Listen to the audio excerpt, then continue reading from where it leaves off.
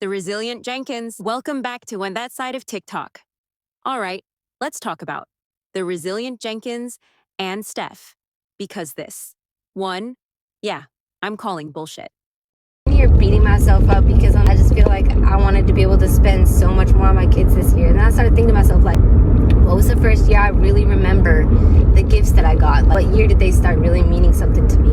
And it really wasn't until I was about 12, 13. And I remember specifically because it was this one year that I asked for a Walkman and Rebecca St. James CD and Stacey Rico. What you know about that? Like, I remember that year the most. I do remember there was this year when my mom was single that she got blessings and donations from churches and other resources, and our living room was literally packed. I remember the abundance of gifts, but do I remember anything specifically gift-wise? No, not really. And I really do feel like you have to, like, do it for the age, you know what I'm saying? Like, the experience, yes, but at the same time, like, is your kid old enough to value the experience that you're spending thousands on? That's up to you to decide. But for me and Drew personally, we've decided we're not going to even beat ourselves up for the fact that we can't do an abundance of gifts this year, because it's not the year we want to do it. We want to wait till our kids are like preteen, a little bit, or first teenage year, 13, 14, whatever, and we just want to go crazy and like spoil the crap out of them with stuff that's going to last a few more years that they're going to be interested in for a while. And I mean, that works for our family. I do still, you know, I'm gonna beat myself up because there's things that they specifically asked for that we just weren't able to get on time or weren't able to get, period, because $50 for one toy is just steep in my opinion, especially considering that's something that Bow is gonna be freaking broken. That's where I'm at with that. You do what you gotta do for your family, but I really just don't feel like there should be so much judgment around people who don't have an abundance of spending when it comes to the holidays. You gotta do what's best for your family, and if that means maybe not even celebrating Christmas at all, why the fuck you judging anybody? That's what works for their family. It's astonishing to me how many times I use the energy of people being like, oh, well, I know what's better for your family. The fuck you don't? Honey, you don't. Like, you know what's best for your family, and I'm not trying to dictate what you're doing with yours. Please stay up out of mine. Just please. Anyways, that's kind of like how I'll be headed to the dollar store to get the rest of the gifts, because the budget was $200.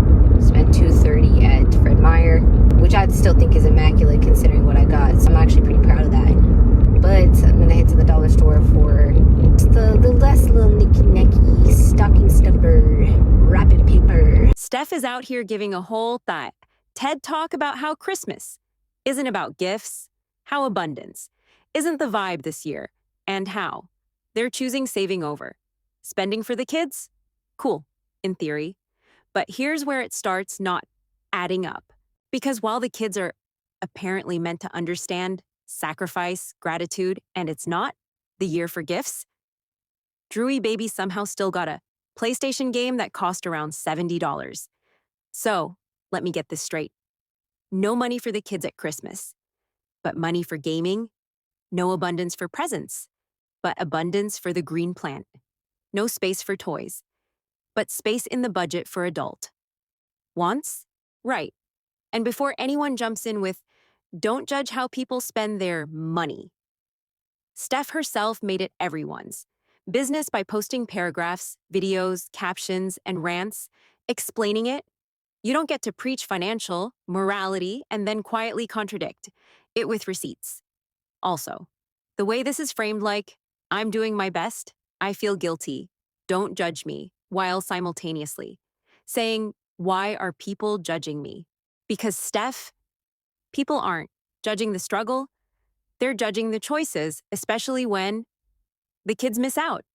The adults don't. And it's wrapped up as some deep life lesson. Anything to avoid just saying, I prioritize differently. Because let's be honest, this doesn't feel like Christmas isn't about gifts. It feels like Christmas isn't about gifts for the kids. Would you be okay skipping gifts as a kid while adults still got treats? Is this about budgeting or priorities? Do you buy the Christmas thought isn't about gifts argument here? Why is it always the kids that have to understand sacrifice? Am I reaching, or does this not add up? But hey, that's just my opinion. What do you guys think? Comment below and let's chat.